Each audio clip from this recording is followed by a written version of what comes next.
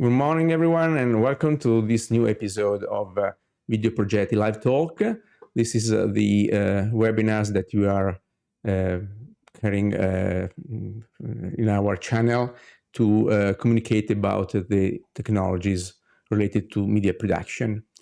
Today's conversation is about content delivery, and it's, as you see, it's from pixel to platforms.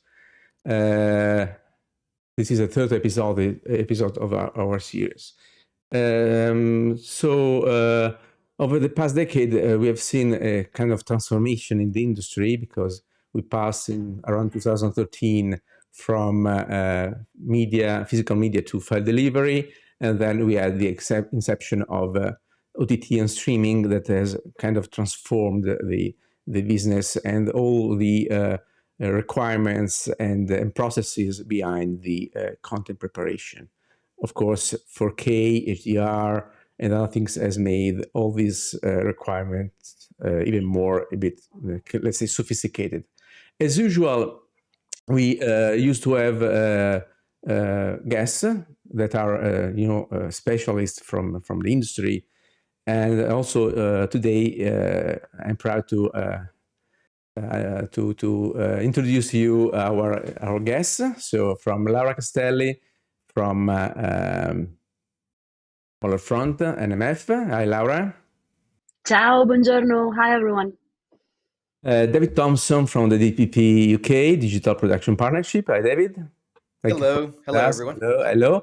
And last but not least, Max Melone, CTO of Flat Parioli Digital Post in Rome.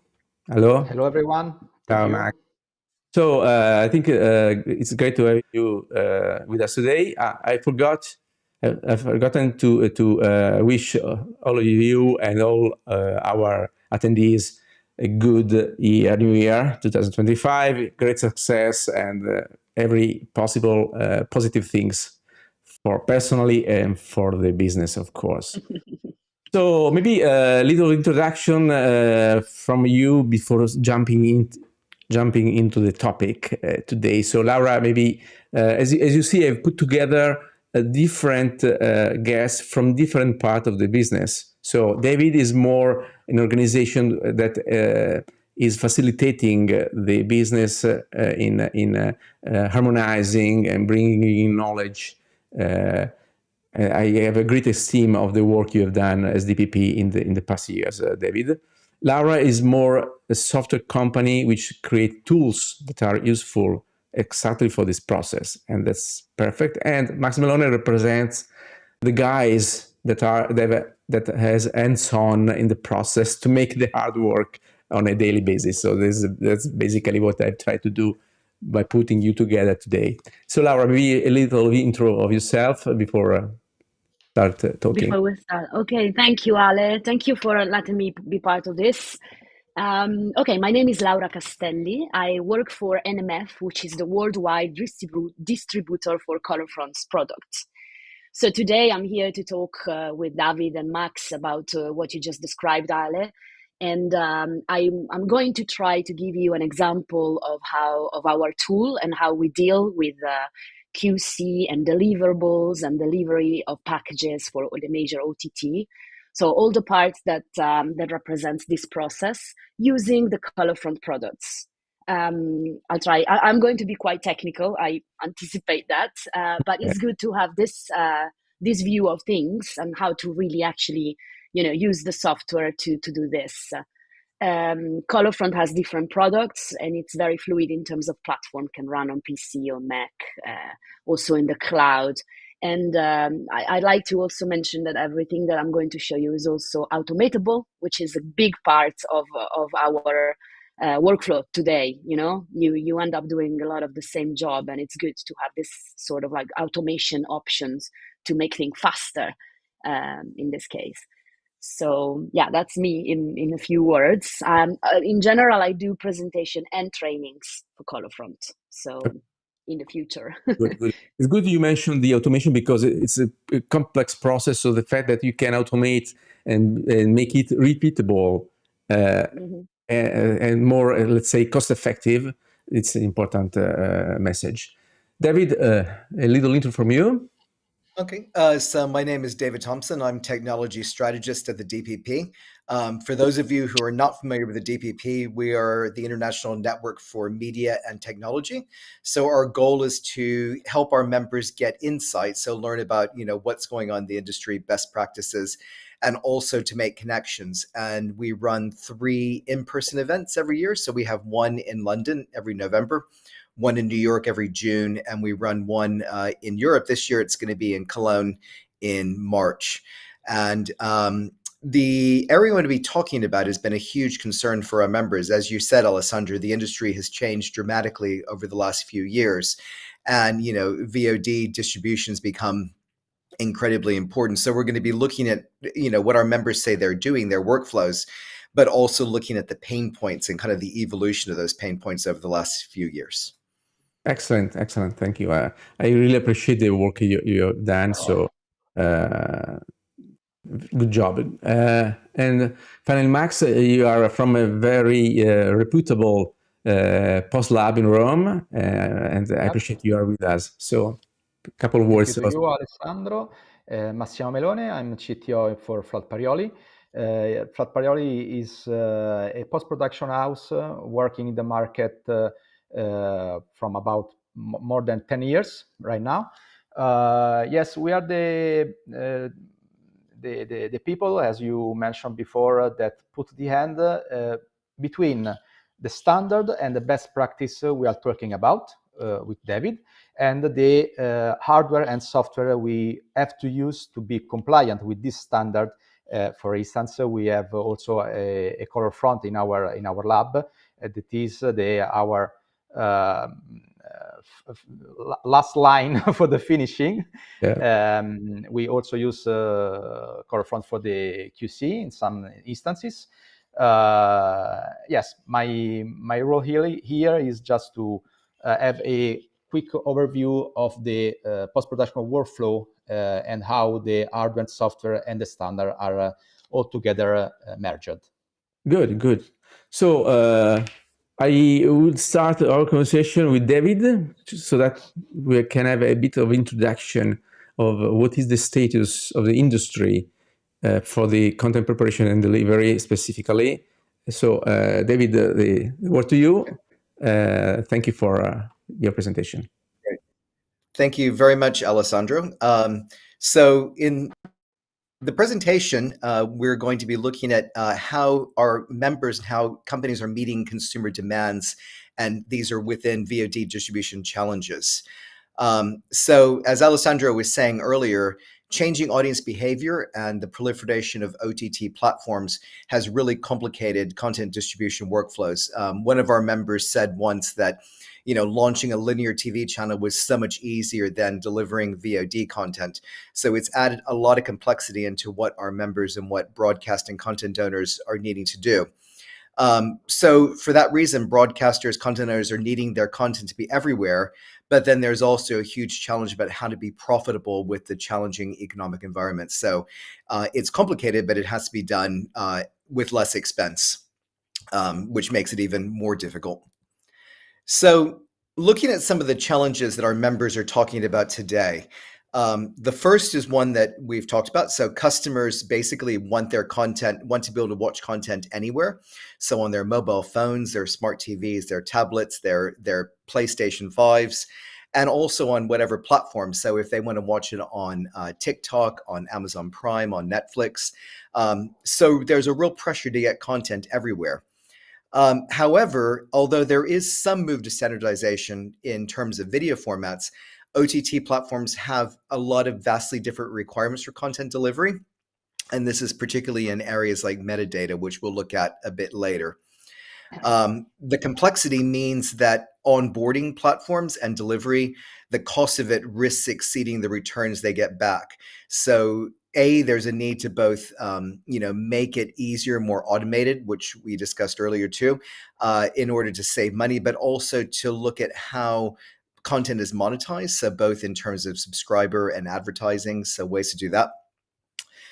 Finally, complexity is also creating challenges for monitoring and QC. With content going everywhere, there's a lot more problems with content getting lost or not getting the correct files for packaging. This is also creating a problem and the monetization. So you need a lot more data to interest advertisers and also to retain subscriber audiences. So data has become very important as well.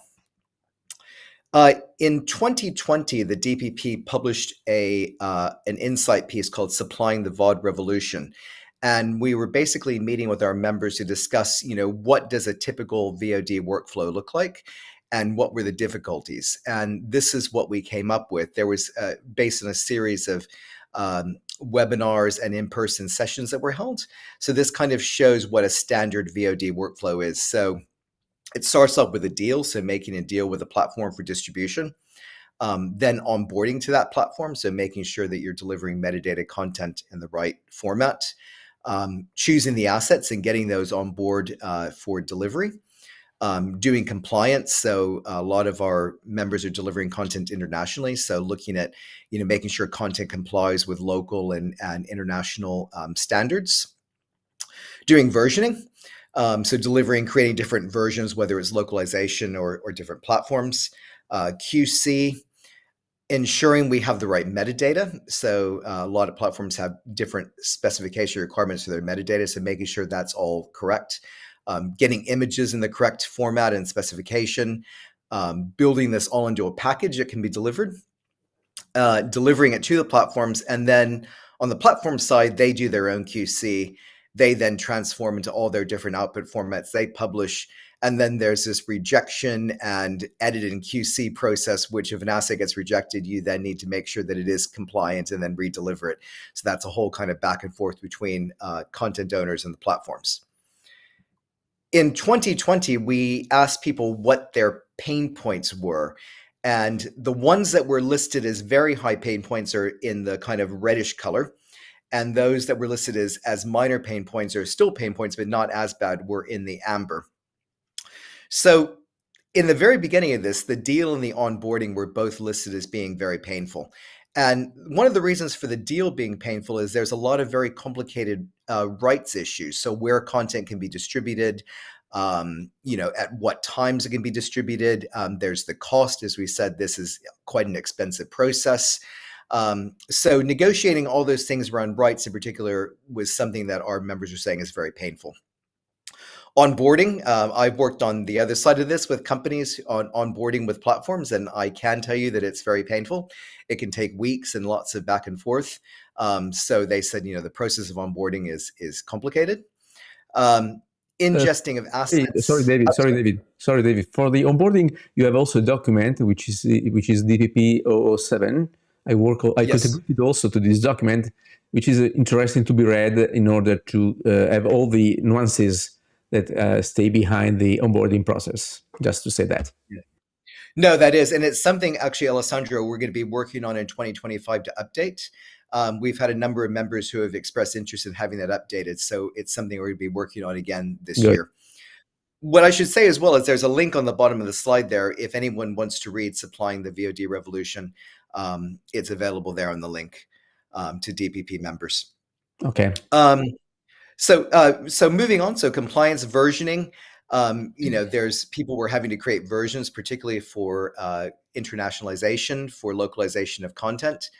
QC metadata was a pain point as well. And at that time, creating different metadata formats for each platform, whether that's differences in synopsis length or differences in things like genre types that for each platform, making sure that was correct.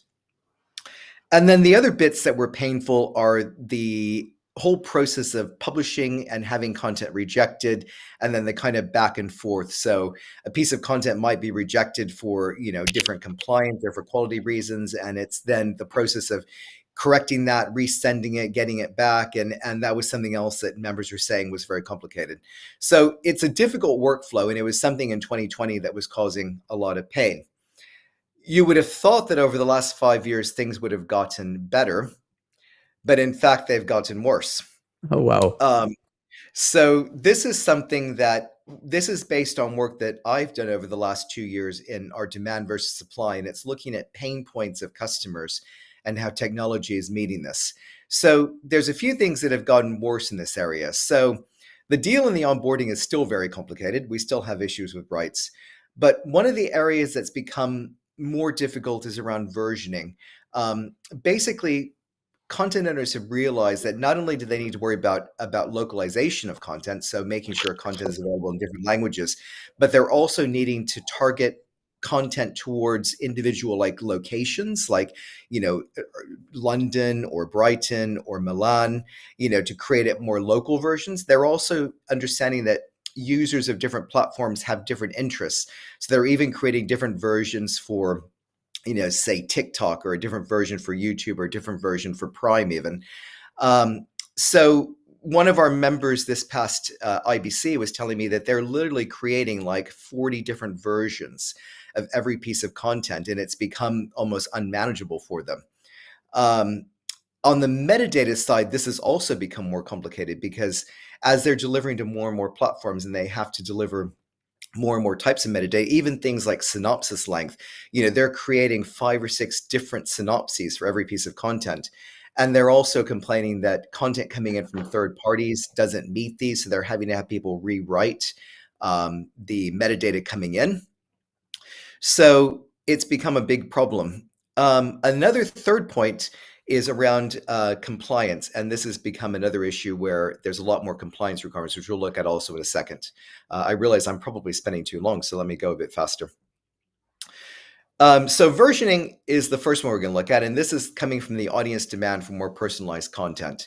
As I said before, audiences want content targeted towards them, and it's become very complicated. You now have lots and lots of different versions being produced. These have to be ingested, QC'd, packaged correctly.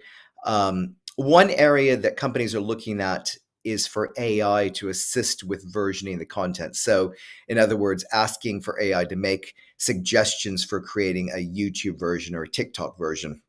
This is something that I've seen at some of the shows. And I put a link there at the bottom to the IBC 2024 Demand versus Supply Report, where we looked at this, and it was about how to engage audiences better on different platforms, different places. So this is one area that's become more complicated. It comes from audience demand for personalization. Metadata, as we discussed before, lots of different requirements. Validating, editing the metadata has become expensive, time-consuming. One issue, which has also broken some of the traditional MAMs, is being able to identify assets through multiple IDs and schemas. And Alessandro and I were speaking yesterday that there have been some industry attempts to create universal IDs like IDER and others. Unfortunately, they have worked in certain segments of the industry, but unfortunately, we haven't agreed yet on a way, like a more universal one that can kind of cross over. And the crossovers become very important as we're no longer working kind of in silos. We're working in a much more open way. So we kind of need a universal ID that crosses advertising, crosses infomercials, crosses programmatic content. And it's something that still is creating problems. And then the final one here is... Do you think that there can be an agreement finally into a common... So are you confident that is something achievable or not? I mean, I'm hoping so. And it's actually one of the things we're going to be looking at as part of the revision of that work you mentioned earlier, is I'm hoping so, but I don't know. I think we need to kind of agree, and I think there's move towards that direction, but we'll have to see what happens. I think is the best way to say it. I wouldn't put my bets on it actually working, but hopefully. And then the final one here, just to speed this up, is richer contextual information. So advertisers are demanding more and more contextual information. They want to know if they put an ad for a car, was there a car chase scene maybe before? And the same thing, recommendation engines. When I log on as a subscriber to Netflix, I get tons and tons of content that it thinks I would like. And that really does require a lot of data, not only about me and what I like, but also about specifics of what's in the content that they're recommending to make those choices. So huge amounts of contextual data being demanded by platforms for delivery. Also, this is something that would require some standardization, I think, at the end of the story. I understand that every platforms has their own requirements, their own recommendation engines, and so on. But hopefully, that's something that could require a more streamlined process and standardization. Yes, I agree. Hopefully, it will be. Okay. And there are some moves towards that as well. Like there's a couple of movements I know Barb in the UK is looking at ways to do it. And there's other organizations. There's Origin in the US. And I'm sorry, I can't remember the name of the other one. But yeah, there are some attempts to do that. Good. So accessibility is the next one. So a lot of Gen Z viewers particularly watch content with subtitles on, even in their native languages. It's something which is kind of a generational phenomenon, but it's become very important.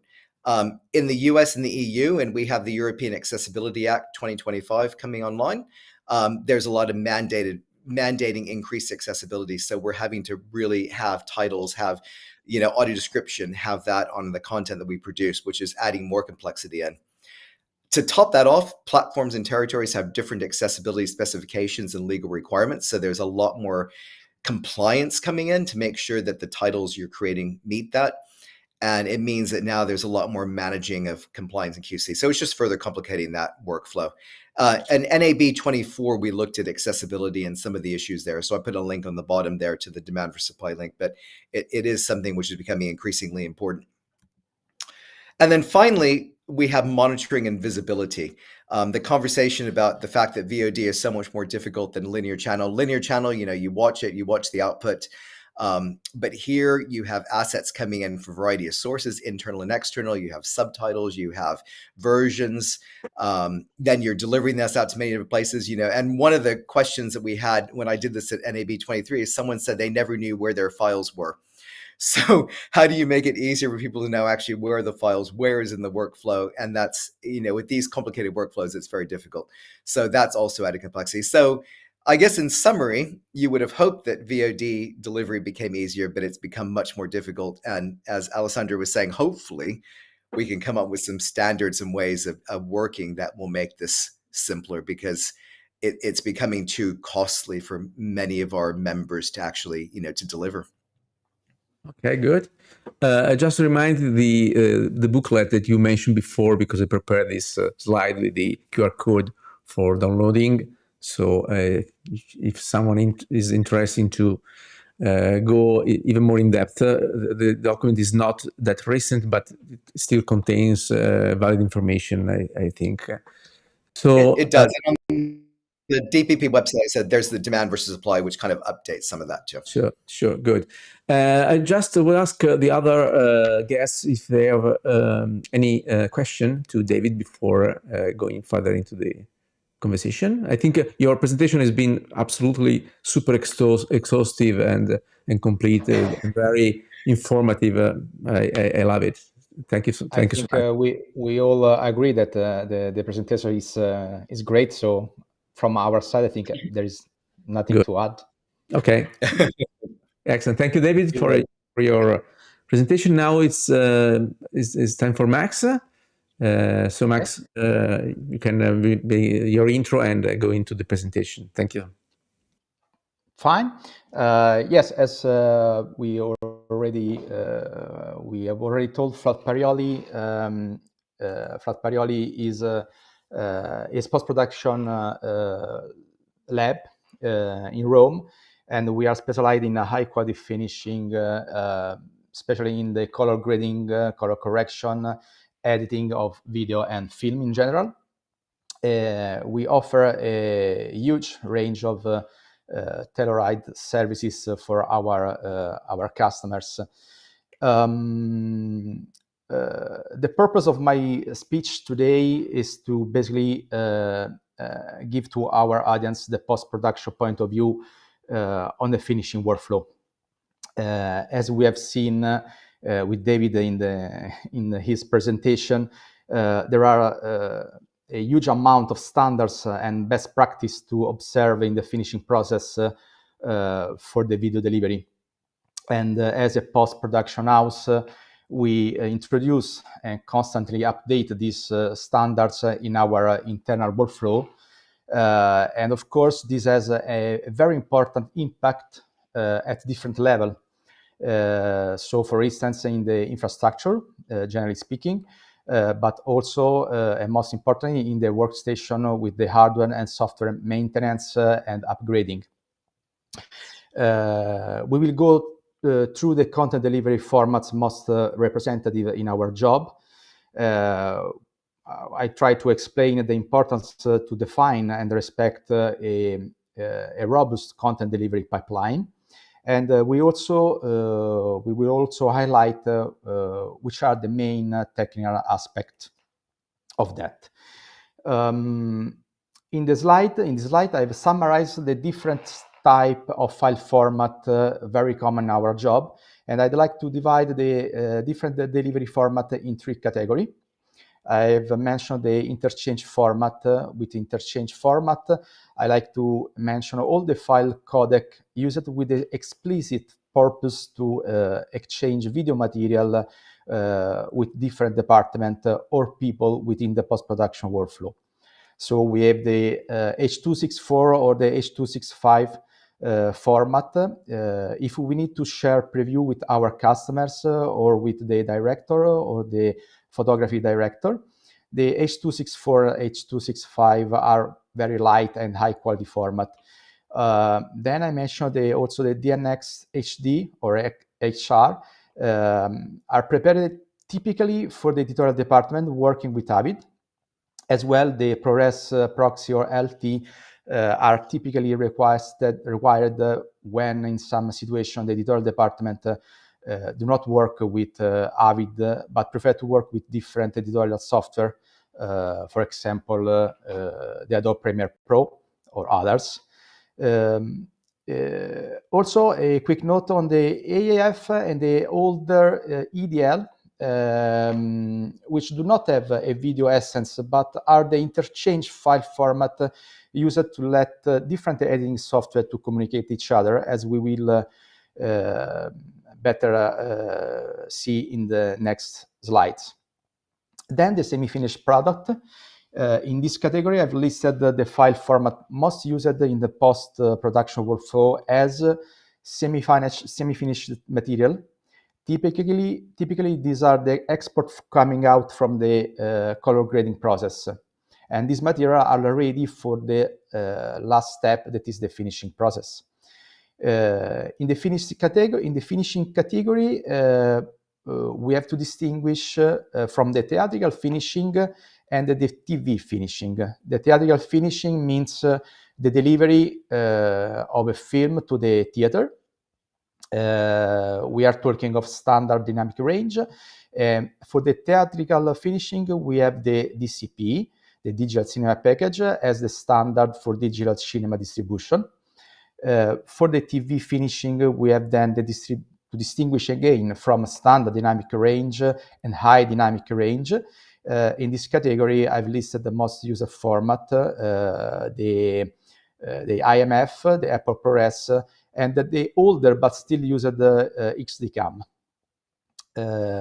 Also in this category, I have listed the file format used for archiving purpose.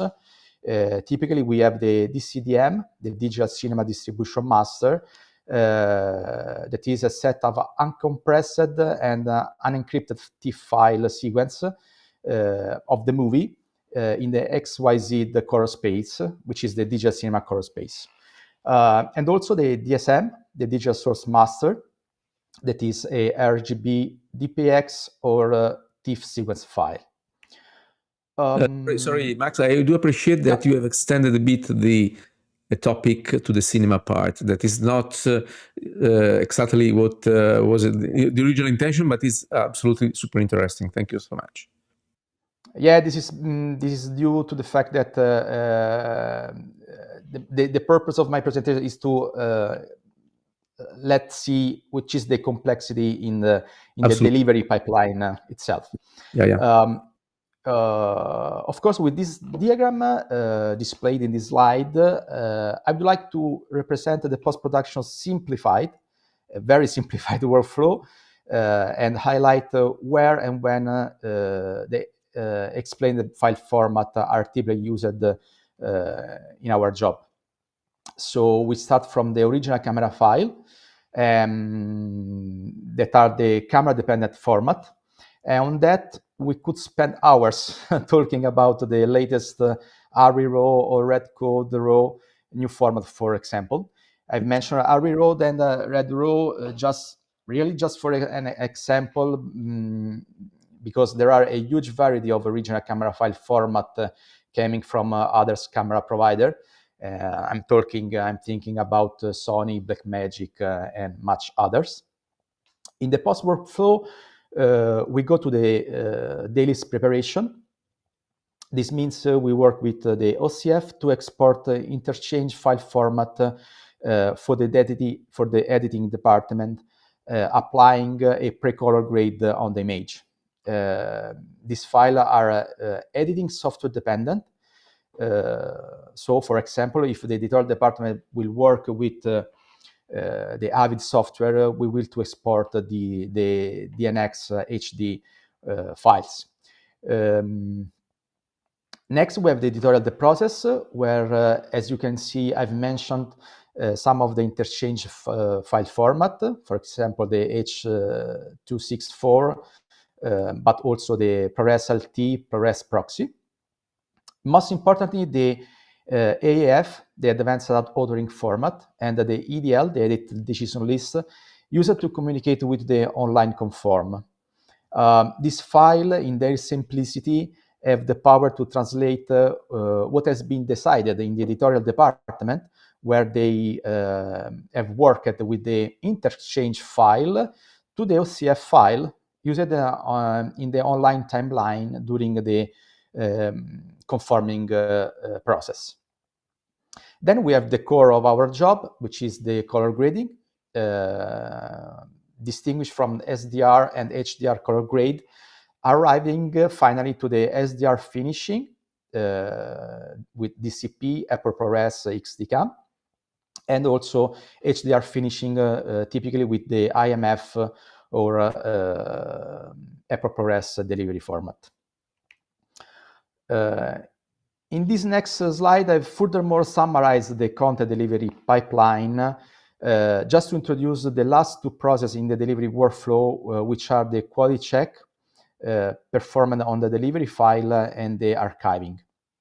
The quality check could be performed in different ways. We prefer always to perform, first of all, a human QC, and in parallel, a software QC, using specific software and tool for that. We mentioned already ColorFront.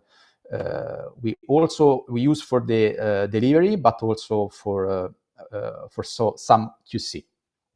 The post-production process can be considered officially concluded when the archiving materials have been delivered digitally or physically to the customer. Also in this slide, I've highlighted in red two crucial aspects in the post-production workflow. Referring to the OCF, we have a no-stop development of original camera file standards.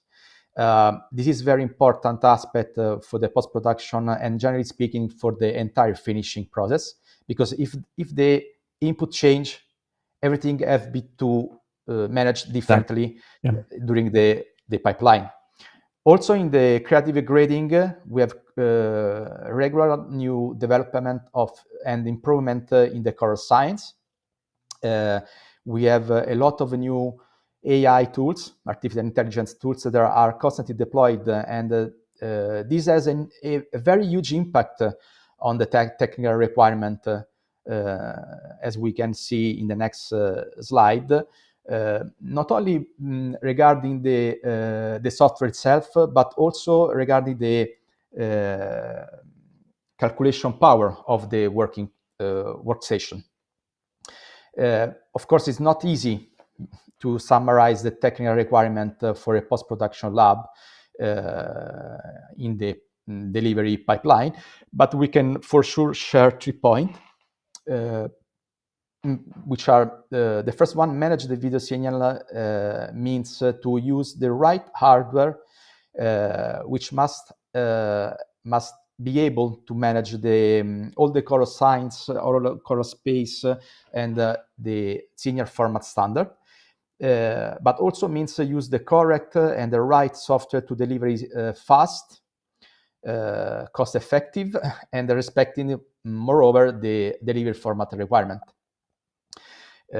We must use the right hardware and software for the delivery in order to be always compliant with the delivery specification and standards, as mentioned with David, for example. And last, we have always be able to must be able to measure our system, and I have mentioned the QC, the quality check of the final product on top of that, but also the calibration of the system, which means to have the correct tools to read and validate what we are doing over time. Calibration also means manage the content delivery pipeline, considering that the hardware can become obsolete in 2 or 3 years, and also the software update turnover is about 8 months from my calculation. So we must always be updated on the hardware and on the software, and we have always be partner with especially with the software house for keep our system calibrated and updated every time. Thank you very much. Thank you, Max. I think also your presentation has been very, very interesting and demonstrates the hard work that you have to do every day to satisfy the requirements of your customers in terms of production houses and of course provide the recipient of your deliverables to be consistent and up to the specification. So that's absolutely. Thank you to you. And I have to add that when we planned this live talk, it was really difficult to keep all the aspect of the job, as I think also David made this kind of Sure. thought, because it's very difficult to summarize in few slides the huge amount of work outside in the background. Do the other guests have any question to Max?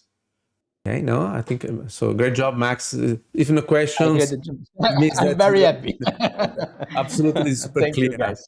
So thank you. And now it's time for Laura. Ciao, Laura, and thank you again for being with us. So I will put your presentation in full screen because I know that it's quite dense of information. Yes, thank you, Ale, and thank you, David and Max, for your points. They're super interesting and very important. In fact, I'm going to show in practice using the interface of Transcoder how to actually go through some of these pain points that David and Max described in their presentation. I'm using a Transcoder from Colorfront. Is our mastering and QC software, is the big brother of our different products. And I'm using it on a computer, on a Windows machine with 4 GPU in this case, but the software can be installed on different levels, let's say, of hardware. So you can have it running on a Mac or on a more user friendly system. It doesn't have to be so beefy, depending actually from the amount of work you're doing. Especially if you're doing a lot of IMF, like Max was explaining, that requires a lot of processing. So we suggest to use certified and maybe a bit more powerful system in that case. Right, so this is Transcoder, and I promise I'm going to show you only a little part of what Transcoder can do, just to make things, faster and to keep it short. So right here, I have a ProRes in HDR that I imported in my system. And as you can see, I can already analyze and view the analyzer in terms of scopes and lights and colors. It's already given me some inputs. For example, here, my gamut is exceeding the limitation expressed. So this is a typical situation that can happen. So before I start delivering and create my packages for OTT or my deliverables, like Max explained, that needs to go between departments and to continue my workflow, I'm going to show you a little bit of my QC. It happens in different ways. I have a window here that allows me to analyze some of the things. I have many more, but I'm going to just show you this once. Some of them are internal logic of Transcoder, our technology. Some of them are AI assisted. And also you can operate a manual and human QC in Transcoder as well. For now, let's run a loudness analysis for the audio, a light level analysis, but just of the frame active image area that it's between the blanks. A brightness guard is AI assisted, defining everything that it's above 300 nits.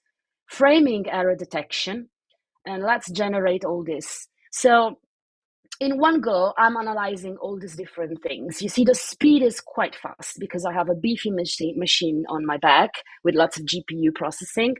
I'm doing everything together. Framing error detection, if the frame was moved. Light level analysis for my HDR. Brightness guard, and also repeated frame, black frame, so a bunch of things, including the audio.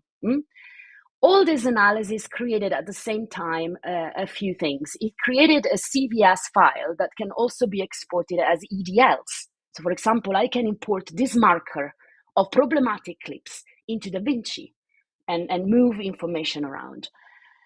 These markers are automatically re-imported inside of Transcoder in the form of markers in my timeline. So I already can see here a list of problematic things that Transcoder found for me. It found some problems in the max CLL, so the brightness, some problems in the gamut, something that is actually exceeding the 300 brightness nits brightness guard, some repeated frames, and some framing. In order to move and check all these markers, I have created a QC markers layout. I have many tools in Transcoder that allows me to, check all these different markers and see if there actually are problematic clips or anything. So for example, I can just quickly go and check my, gamut problem. If I click on here, it will take me to the problematic gamut problem in the timeline, and I can actually check if this is a problem that needs to be fixed. One that I really like is the framing detection. This acts in a very clever way. It will create a mask of what my framing needs to be, and then it will control the whole timeline and find problematic points. And I have to say that it does find a lot of situations that are really hard to find with human eyes. For example, in this particular area, it detected something that is problematic on the left-hand side. You see, it's basically highlighting it here. It tells me it moves from 0 to 2 pixel. And if I double click, it takes me right there where the problem is. And I can clearly see here that there are 2 pixels of black that shouldn't be there, right? Okay, so including all this automatic AI assisted and all that, I am creating reports of this. I'd like to show you that because it's very interesting. We have a media report that allows you to basically show everything that you just calculated, or even stuff that you put with your own eyes and manually that you realize that it's something incorrect, crew on set or something like that. Then you have a summarized media report. It gives you all the info of your timeline, a glimpse of what your composition is. And then I start listing all the things that it calculated. First of all, the HDR light level analysis. This is a super important document that can be shared with the OTT or with your other departments that really analyze, the problematic points in your material. Then you start listing whatever we found with all the information, max CLL problems, the gamut problems that were in this particular trailer. This is the framing that I mentioned before with the mask that was calculated and anything that was actually moving of how many pixels and where. More important, it gives you also obviously the time code. These are the list of black frames that were detected. We have some repeated frames that were detected. And finally, the loudness analysis. So it tells me exactly where the true peak of my audio is and the timestamp of that exceeding decibel in the analysis. So that's for the analysis of the HDR of the QC. So something that you would run to actually see what is wrong with your material. And also, I'd like to show you this report, which is also the extremely important HDR report that Transcoder creates during the analysis of the light level situation. So this is particularly important for HDR material. It will detect whenever your image is exceeding the 1000 nits limitation, and also in the gamut if it's going outside of the Rec 2020 or P3 space that is required for HDR deliverables. And it also automatically tells you if you failed the check of this analysis, and also it will give you a list of time code, rec time code, source time code, and the amount of the error that he detected. So this is another super interesting, important document that needs, that can be very helpful for your material. Now, once you analyze your QC and you're happy to deliver, you can fix some of this problem inside of Transcoder, of course. In the Transcoder and every other ColorFront product, we use the ColorFront engine algorithm, which is our set of matrix and algorithm that operates all the transformation, including going from SDR to HDR. Or even correcting and fixing any problems in terms of gamut and brightness, and they're super sophisticated. When we're happy to export our material, I'd like to show you, of course, you can go and you have all the different options of exporting encoders. Like Max explained some of this, most of them, that are, either Avid formats or Apple ProRes encoders, all the HEVC, different web encoders, image sequence and broadcast. So anything that you need to export from transcoder, it's possible, and we have different options to do that. But if we are actually exporting to go on an OTT, I will then open my finalize window that will give me the option to create a package for any OTT. And what's important here regarding what David explained before, every OTT have their specification, their metadata requirements and all that. So what we have a list of the major OTT that are out there. Netflix, Disney, Sony, HBO, Warner, Amazon. So you can simply select the type of IMF that you need to create. And by selecting the OTT here, it will automatically fill up all the metadata according to the specification of that particular OTT. Of course, you can create a version file. David mentioned the supplemental versioning. They can have different subtitles, different territory. So everything can be set up here to create your versioning. Once you create your package, finally, what I would like also to show you is the fact that you can also validate your packages inside of transcoder. Once the package is created, you can re-import it and then check. We have various plans, so you can check your IMF using the transcoder plan. That is checking your JPEG 2000 compression, that all the assets are there and are working. But we also have, for example, the photon library check. This is actually what, for example, some OTT will use once they receive your package to actually validate your IMF. You can really use that same library to validate your IMF previously. We also can validate DCP and other information like Dolby Visions and things like that. So in general, transcoder is a very solid software that allows you to really check your material and prepare for your deliverables. Sorry, I went really fast.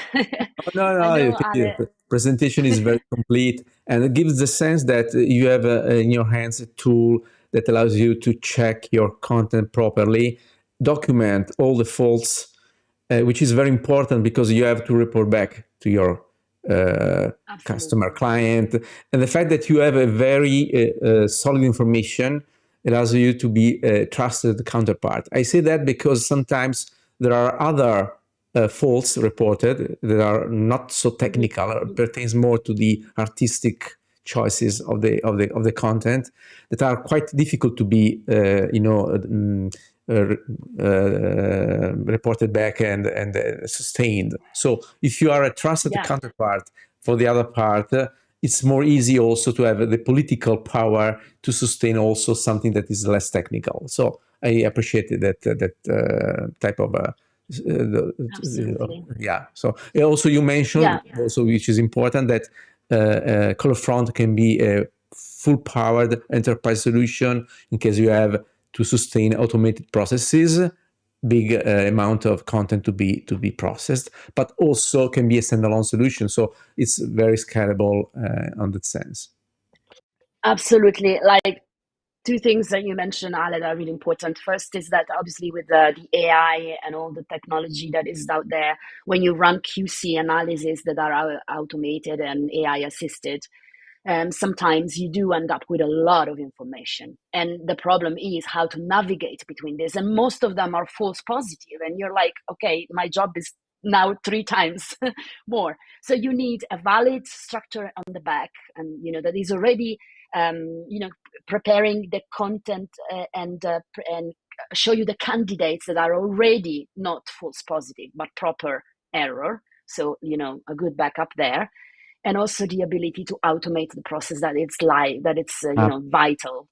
And and transcoder is fully automatable in a very user-friendly way. API, watch folder, but all mainly API using online forms and things like that, that allows you to set up your presets and launch all the processes from the background, which is, I think, very intelligent and helpful. Yeah, good. I would like also to show this slide that I've prepared for our viewers. This will be available with the link in description if you want to download, have a look. So it's a bit representing a bit what David presented before, with a bit more structured information inside. So I hope this will be something that you will appreciate as well. So, David, you have or Max, you have any question about Laura's presentation? No, I think it's really great to see how, as you said, on the reporting of everything and reporting of finding what issues are coming up, but also in the interface. It's always great for me to see technology that makes that quite a complicated process easier. So I enjoyed seeing what you were demonstrating. We're going to be writing about QC in our NAB demand versus supply report, so we should catch up at some point and look and see look at ColorFront and discuss some of that as well. So no, it was a great presentation. Thank you so much. Thank you so much. Thanks. So I think it's. I have no question. I Okay. have no question, but I would like to highlight the standard and delivery merge with ColorFront. When I say in my presentation that when you deliver, you have to be fast, efficient, and cost effective. With the tool, when you have the standard update in the color delivery page, it's a lot of time you save. you go faster for the. So I much appreciate this kind, and also that you see what we have seen in the presentation. Okay, good. So I think that now our webinar is going to end, and I wish to thank you all for your attendance, your time, and collaboration. I wish also to thank Nacho Mazzini, which is the distributor of ColorFront that allowed Laura to be with us today, and Rowan de Pomerai, which is CTO of DPP, for having made David at our disposal for today's presentation. So thank you, Rowan, for this. So that's it. Thank you again. And I just would like to give a little, trailer for the next webinar, which will be about media asset management. So stay tuned with us and see our next episode. So thank you so much and see you soon. Thank you. Thank you so much. Bye-bye. Bye-bye. Bye-bye. Ciao.